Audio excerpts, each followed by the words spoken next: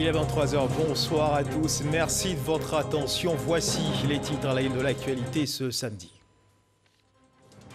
Le chef du gouvernement Patrick Hachi était dans la ville de Bouaké ce matin. Il a procédé à l'ouverture du guichet emploi de l'université Alassane Ouattara.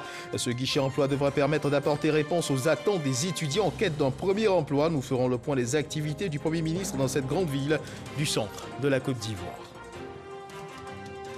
Des raccordements sociaux pour l'accès des populations de la région de la Bagoué, notamment celle de Boundiali, à l'eau potable. C'est l'annonce faite par le ministre de l'Hydraulique, Laurent Tchagba, à l'occasion de l'inauguration des unités compactes des Grénons et du lancement des travaux d'extension du réseau d'adduction d'eau potable à Tingrela et Boundiali. En Afrique du Sud, le KwaZulu-Natal est la province qui a été la plus touchée par la spirale de violence qui a secoué ces derniers jours le pays. Le président Cyril Ramaphosa s'est rendu hier vendredi dans cette région. Voilà pour l'essentiel. Bonsoir à tous. Nous le disions à l'instant dans les titres, le chef du gouvernement Patrick Hachi était dans la ville de Bouaké ce matin. Il a procédé à l'ouverture du guichet emploi de l'université Alassane Ouattara. Ceci afin de répondre aux nombreuses attentes des étudiants diplômés qui ont hâte d'obtenir un premier emploi. C'est ce que nous confirme Kader Sogodogo. 9h45 ce samedi 17 juillet 2021. Le Premier ministre Patrick Hachi atterrit à l'aéroport de Bouaké. Le chef du gouvernement met directement le cap sur l'université Alassane Ouattara pour inaugurer le guichet emploi de ce temple du savoir. L'initiative est à mettre à l'actif du ministre de la Promotion de la Jeunesse, de l'Insertion professionnelle et du Service civique. À l'amphithéâtre A du campus 1 de Bouaké, Mamadou Touré partage sa vision avec les étudiants réunis. L'innovation, c'est que ces guichets seront tenus par des jeunes étudiants qui seront salariés de l'agence emploi jeune et qui vont travailler à mi-temps, donc à accueillir, à informer l'ensemble de leurs camarades. Donc là que vous venez de poser ici à Bouaké, Monsieur le Premier ministre, et pour l'ensemble de nos universités, à notre sens, c'est un acte historique qui permettra donc à ces jeunes d'accéder à toutes les informations. Que dire de cette joie qui anime la jeunesse estudiantine? J'ai la joie au cœur de savoir que le Premier ministre pense vraiment aux étudiants, parce qu'installer un guichet emploi jeune ici à l'université Alassane Ouattara est vraiment une merveille pour nous. Depuis longtemps, nous rêvions de ce que l'État mette à disposition un guichet emploi de telle sorte qu'à la fin de notre formation, nous puissions nous orienter et avoir un emploi en plein temps. Le chef du gouvernement se veut clair. L'employabilité de la jeunesse en fin de formation reste une priorité pour le chef de l'État et l'ensemble du gouvernement. Il s'agit donc, dans ce qui va se faire aujourd'hui, d'une véritable révolution qui va changer totalement la donne pour ce qui vous concerne vous. Avoir la possibilité, sans bouger, sans prendre un car, sans prendre le bus, sans prendre un taxi, mais en étant ici à l'université, d'avoir connaissance de tout ce qui est offert en matière d'emploi en Côte d'Ivoire, par qui, dans quel secteur d'activité, pour que vous puissiez choisir. Mais c'est également à travers cette plateforme, une fois que vous êtes inscrit, pour ceux qui sont en quête d'employés, donc de jeunes sortis de l'université, qui veulent maintenant travailler, de savoir dans quelle ville de Côte d'Ivoire, quel étudiant, avec quel niveau de formation, a besoin de travailler où par rapport à ses demandes à lui. Tout ce qu'on fait à la fin de la journée répond à une volonté manifestée par son Excellence, Monsieur le Président de la République, Alassane Ouattara, de faire en sorte que chaque jeune en Côte d'Ivoire, où qu'il soit, ait les mêmes chances d'accéder à une vie décente et à un confort de vie auquel il est en droit d'aspirer. Pour cette cérémonie, les ministres Amadou Koulibaly, Jean-Claude Kouassi et Amadou Koné étaient aux côtés du Premier ministre Patrick Hachi. L'ouverture du guichet emploi de l'université Alassane Ouattara marque le lancement de celui de toutes les autres universités et grandes écoles du pays. Toujours à Bouaké, le chef du gouvernement Patrick Hachi a présidé la sortie de la première promotion du centre du service civique. 150 stagiaires qui sont désormais aptes à exercer dans le commerce et la sécurité, et cela après 9 mois de formation. Ce projet du ministère de la Promotion de la jeunesse, de l'insertion professionnelle du service civique est une opportunité pour ces jeunes de prendre un nouveau départ. Kader Sogodogo. Ils sont au total 150 pensionnaires, dont 50 jeunes filles, du Centre civique d'action pour le développement de Bouaké. La première cohorte mixte de ce centre. C'est en présence du Premier ministre Patrick Hachi et de plusieurs membres du gouvernement qu'ils reçoivent leur attestation de fin de formation. Le service civique d'action pour l'emploi et le développement d'ISCAED est un outil conçu en partenariat avec la France et sa mission est d'apporter une réponse durable à la problématique de la vulnérabilité sociale des jeunes et à leur marginalisation. Et ce, en les recevant dans un dispositif militaire adapté, ou SMA, qui a fait ses preuves en France, dans les territoires d'outre-mer. Ils auront passé au total 9 mois dans le centre, dont 3 à apprendre le civisme et 6 pour les métiers de la vie, notamment le commerce et la sécurité. Une resocialisation soutenue par la France dans le cadre du SUDD. Chers jeunes, je veux que vous sachiez que vous pouvez être fiers de vous, fiers de ce que vous avez appris, fiers de ce que vous allez pouvoir devenir. Vos familles qui sont ici, à vos côtés, l'ont bien compris. Elles savent que désormais, elles vont pouvoir compter sur vous. La Côte d'Ivoire aussi. Une chance bien perçue par les bénéficiaires. Nous prenons l'engagement de travailler pour la paix, la cohésion sociale et le développement de notre pays. Pour le chef du gouvernement, l'État donnera à chaque enfant de ce pays une chance de rebondir. Je n'aurai pas besoin d'insister beaucoup sur l'immense plaisir et le grand honneur que j'ai vraiment aujourd'hui à présider cette cérémonie. Parce qu'elle marque la fin de la formation civique et citoyenne de la première cohorte du Centre de service civique de Bouaké, parce qu'elle dessine une école de la seconde chance pour notre nation, qui, dans les crises du passé, fut obligée, hélas, de laisser sur le bord de la route bien trop souvent, bien trop de talents. Parce qu'elle indique pour le présent et surtout pour l'avenir la force d'une ambition inscrite au cœur même de la vision du président de la République et de notre gouvernement. La cérémonie de sortie de la première cohorte de Bouaké a pris fin par la pose de la première pierre d'un nouveau centre plus grand, car le projet prévoit d'augmenter la capacité d'accueil. 27 milliards de francs CFA ont été débloqués pour l'ouverture d'un centre dans chacun des 12 districts de Côte d'Ivoire. Et voici ce que l'on pouvait retenir des activités du chef du gouvernement pour cette journée du samedi 17 juillet 2021. Retour à Abidjan, l'État de Côte d'Ivoire veut encourager la transformation locale de l'EVA. Le gouvernement a donc décidé d'accorder des avantages fiscaux et douaniers pour inciter les investisseurs à installer des usines. Le ministre de la Promotion de l'investissement et du développement du secteur privé était à l'Assemblée nationale pour présenter le projet de loi de ratification instituant des mesures incitatives aux investissements dans la transformation locale de l'EVA, un projet adopté à l'unanimité par les députés. C'est ce que nous dit Konaté Moussa. La transformation locale du caoutchouc naturel, l'État de Côte d'Ivoire s'y engage. Des avantages douaniers et fiscaux sont octroyés aux investisseurs afin de favoriser l'installation d'usines dans le pays. Devant la Commission des affaires économiques et financières de l'Assemblée nationale, le ministre Emmanuel Essis Esmel explique le projet de loi instituant des mesures fiscales incitatives spécifiques aux investissements réalisés dans le secteur de la transformation de l'EVA.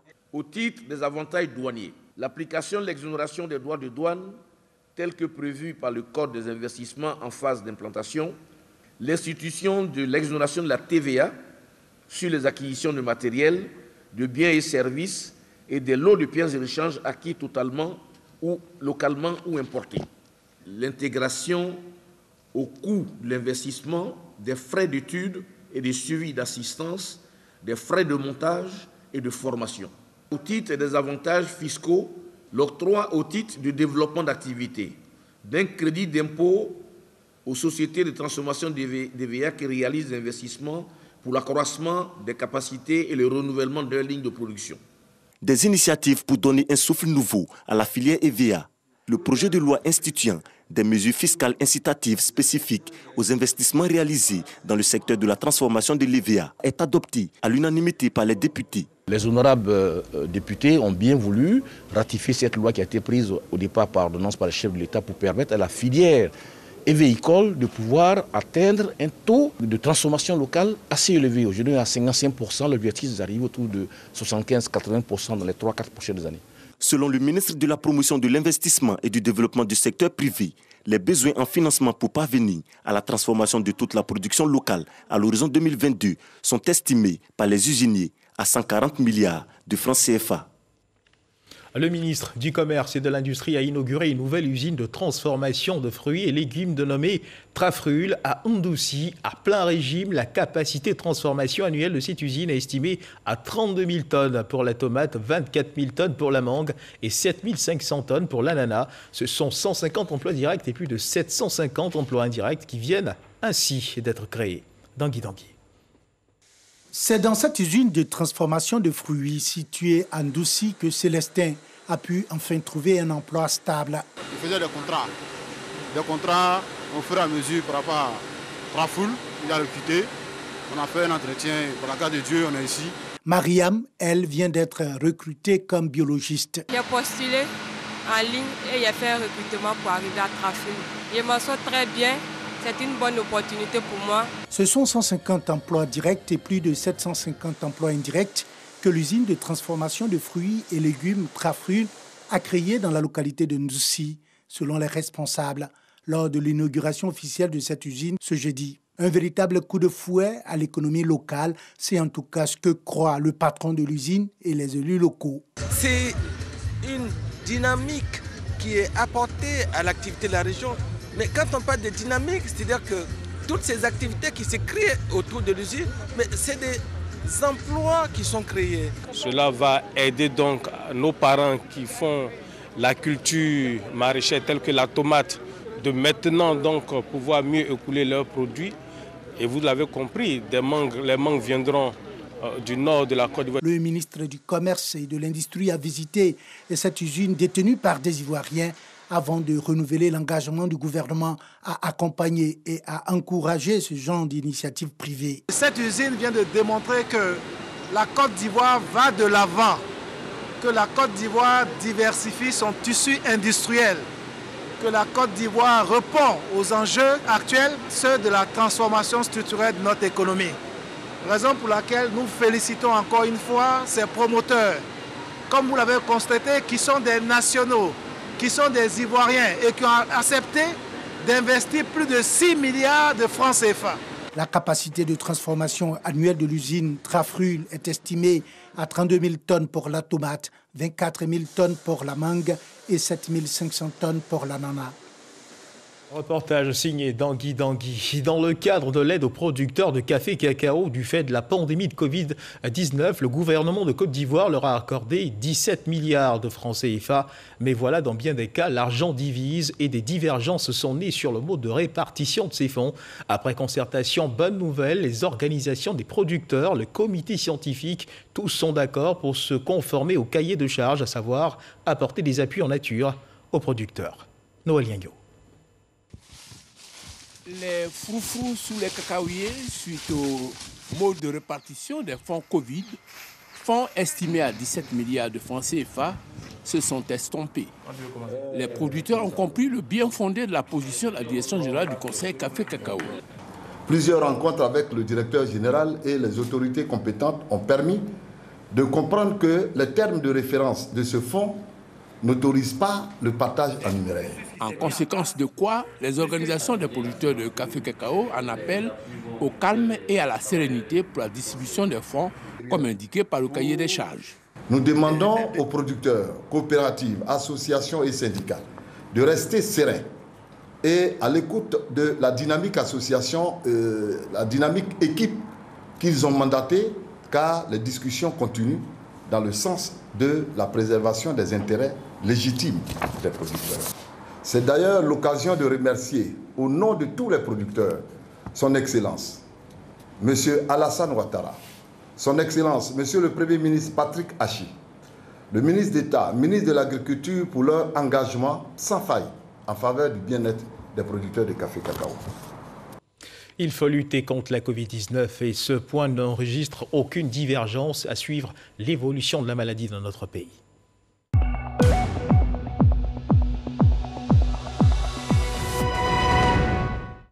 Le ministère de la Santé et de l'Hygiène publique de la couverture maladie universelle a enregistré ce samedi 17 juillet 2021 56 nouveaux cas de Covid-19 sur 2434 échantillons prélevés, soit 2,3% de cas positifs, 29 guéris et 0 décès. À la date du 17 juillet 2021, la Côte d'Ivoire, notre pays, compte donc 49 125 cas confirmés, dont 48 405 personnes guéries, 320 décès et 400 cas actifs. Le nombre total d'échantillons est de 748 773. Le 16 juillet, 8104 doses de vaccins contre la Covid-19 ont été administrées, soit un total de 891 966 doses administrées. Le ministre de la Santé, de l'Hygiène publique et de la couverture maladie universelle invite toutes les personnes de plus de 18 ans à se faire vacciner dans les centres de vaccination. La vaccination contre la Covid-19, rappelons-le, est gratuite et volontaire. Un autre titre de cette édition, des raccordements sociaux pour l'accès des populations de la région de la Bagoué, notamment celle de Boundiali à l'eau potable. Annonce du ministre de l'Hydraulique, Laurent Tchagba, à l'occasion de l'inauguration des UCD, les unités compactes des Grénons, et du lancement des travaux d'extension du réseau d'adduction d'eau potable à Tingrela et Boundiali. Le déficit d'eau potable dans la région est, semble-t-il, désormais réglé. Il faut maintenant mettre cette eau suffisamment produite à la disposition des populations. Léon Brou. En enfouissant ce tuyau, le ministre de l'Hydraulique et les autorités locales lancent l'extension du réseau d'adduction d'eau potable pour Boundiali et 7 de ses localités voisines. À poser 107 km de canalisation. Ces mêmes travaux d'extension de réseau portent sur 77 km de canalisation pour Tingrela et ses environs. Ici, comme à Boundiali, la production d'eau potable dépasse désormais de 2400 m3 le besoin journalier. Ces travaux donc pour l'accès des ménages à l'eau potable. On peut dire qu'il y a un peu d'amélioration. Il y a 1 à 2 ans, vraiment, on chargeait même l'eau. Tu vas trouver au puits, dans le coin. Vraiment, c'était encore plus compliqué. L'eau minérale qu'on achète là, on va arrêter d'acheter. On dit merci à tous ceux qui ont cherché à arranger ça. À la base du règlement de la question du déficit d'eau potable dans la Bagoué, ces UCD. D'autres travaux sont en cours depuis 6 mois pour renforcer l'alimentation de la région à partir d'un fleuve. Objectif, garantir l'accès à l'eau potable jusqu'en 2040, toujours selon le ministre de l'Hydraulique qui annonce des abonnements sociaux. Il faut distinguer 2 types d'actions du gouvernement. Il y a le branchement subventionné que nous offrons aux populations démunies. Le branchement coûtant 167 000 francs, on demande à l'usager de payer 10 000 francs et l'État prend la différence. Le souci du président, c'est que les gens aient accès à l'eau potable. Donc, on demande à la personne qui est intéressée de payer 10 000 francs. Maintenant, le reste est réparti sur une période donnée, sur sa consommation, sur sa facture. Voilà, donc c'est ce qu'on appelle le branchement social et le branchement subventionné. À investir pour l'accès de la Bagoué à l'eau potable, 11 500 millions de francs CFA depuis l'installation des 4 UCD, une bouffée d'oxygène pour la région. En reconnaissance donc, la région offre un cheval au ministre de l'Hydraulique. Laurent Tchagba, vecteur de l'eau, source de vie, devient ainsi la courroie de transmission entre la Bagoué et le gouvernement. Ils sont heureux, ces acteurs du transport qui ont reçu de la main du ministre des Transports, Amadou Koné, les clés de 120 taxis. Une action qui s'inscrit dans le cadre du projet dénommé Taxi Ivoire. Ces taxis viennent renouveler le parc automobile de la ville d'Abidjan, mais surtout renforcer ce parc qui reste déficitaire face aux besoins des populations abidjanaises. Jean-Luc Bango. 120 taxis compteurs flambant neufs. C'est l'important renfort que vient de recevoir le parc automobile abidjanais à travers cette remise de clés. Principaux destinataires de ces véhicules, les transporteurs souscripteurs au projet Taxi Ivoire. On était dans l'informel, nous sommes maintenant en entreprise. Nous avons soumissionné au Fonds du développement du transport routier et nous avons été retenus. Nous pensons que ça a été une belle expérience. Des transporteurs heureux de recevoir ces véhicules, mais surtout conscients de la responsabilité qui leur incombe, celle d'assurer la sécurité des populations à transporter dans leurs taxis. L'État, avant de remettre les véhicules, d'abord prend le soin de former tous les conducteurs qui vont conduire ces véhicules sur le plan du professionnel, sur le plan de l'accueil des clients, sur le plan de sécurité routière. Nous souhaitons que ce qu'ils ont appris puisse être mis en œuvre pendant qu'ils sont en train de travailler, pour que les populations sentent, à travers la sécurité qu'elles vont avoir, que véritablement les choses commencent à changer au niveau donc, du transport routier en Côte d'Ivoire. Ce sont au total 470 taxis compteurs neufs qui ont été mis en circulation depuis la mise en œuvre du projet Taxi Ivoire. Un projet qui veut donner une vision nouvelle du taxi. Aujourd'hui, c'est plus d'1 millier de personnes qui sortent quasiment de l'informel parce que les choses sont structurées de sorte qu'il faut être en entreprise. Et je voudrais lancer cet appel à nouveau à nos transporteurs. Il faut sortir de l'informel pour rentrer dans le formel, pour pouvoir disposer de tous les moyens qui sont mis en œuvre avec l'accompagnement du secteur privé, que vous puissiez avoir donc des outils beaucoup plus adaptés, de meilleure qualité, avec une rentabilité plus assurée. Le ministre a également lancé un appel aux entreprises de transport bénéficiaires du projet afin qu'elles intègrent les méthodes de gestion rigoureuses et modernes. Le projet Taxi Ivoire, rappelons-le, est réalisé en partenariat avec des Ivoiriens de la diaspora. Direction le palais de la culture de Trècheville, les femmes de Côte d'Ivoire ont célébré le chef de l'État, Alassane Ouattara, ce samedi au palais donc de la culture. Elles ont salué les actions de promotion de la femme mises en œuvre par le gouvernement ivoirien, actions qui ont grandement amélioré les conditions de la femme et leur accès aux sphères de décision. Alexis Ouedraogo. Au palais de la culture ce samedi, les femmes en provenance des 4 coins du pays ont chanté et dansé pour célébrer le chef de l'État.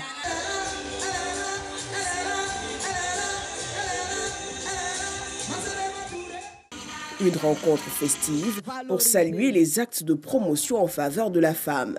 Nous sommes ici pour vous témoigner notre soutien à la promotion et à l'autonomisation de la femme. Pour la ministre Nasséné Touré, les actions fortes du gouvernement impulsées par le chef de l'État ont redoré le blason de la Côte d'Ivoire. Les femmes de la plateforme des ONG de Côte d'Ivoire, femmes de la société civile, femmes des coopératives, ont décidé de rendre un grand hommage au président de la République pour la paix et la cohésion que notre pays connaît depuis 11 ans. Et surtout pour la promotion des femmes. Aujourd'hui, la Côte d'Ivoire est un pays moderne. Donc le plus important, c'est de continuer dans cette lancée de l'émergence. Les femmes travaillent, les enfants vont à l'école, le pays est en paix, le pays est relié par des grandes infrastructures. Nous avons retrouvé notre place dans le concert des nations, nous avons trouvé notre place de locomotive dans la sous-région africaine. Merci. Merci, Excellence, Monsieur le Président de la République. Les femmes se sont engagées à maintenir la paix et la stabilité dans le pays. Les meilleurs acteurs du développement ont été célébrés lors de la 12e édition de la Nuit de l'Excellence et du Mérite africain, initiée par Afrique Vérité, une structure de communication. Abiba Dambélé, directrice des journaux d'information de la RTI 1, a reçu le Grand Prix pour la bonne gestion de la communication. Ce sont au total 15 lauréats qui ont été primés pour leur contribution au développement. Yannick Efoumi, Isaïo. Promouvoir la bonne gouvernance à travers la reconnaissance et le mérite. Afrique Vérité en a fait son credo. Cette structure vient de distinguer 15 personnalités issues de divers secteurs d'activité. Notre rôle, c'est de suivre toutes ces personnalités-là, en les montrant au monde et en disant à la jeunesse ivoirienne, voici des modèles qui sont devant nous. Parmi celles-ci, Abiba Dambélé, journaliste et directrice des journaux d'information de la RTI, radiodiffusion télévision ivoirienne, a reçu le Grand Prix pour la bonne gestion de la communication institutionnelle. La RTI est première devant toutes les autres chaînes au plan national. Nous devons poursuivre cet effort pour que la RTI soit la véritable chaîne des Ivoiriens. Comme elle, d'autres lauréats issus de divers secteurs d'activité ont également été primés.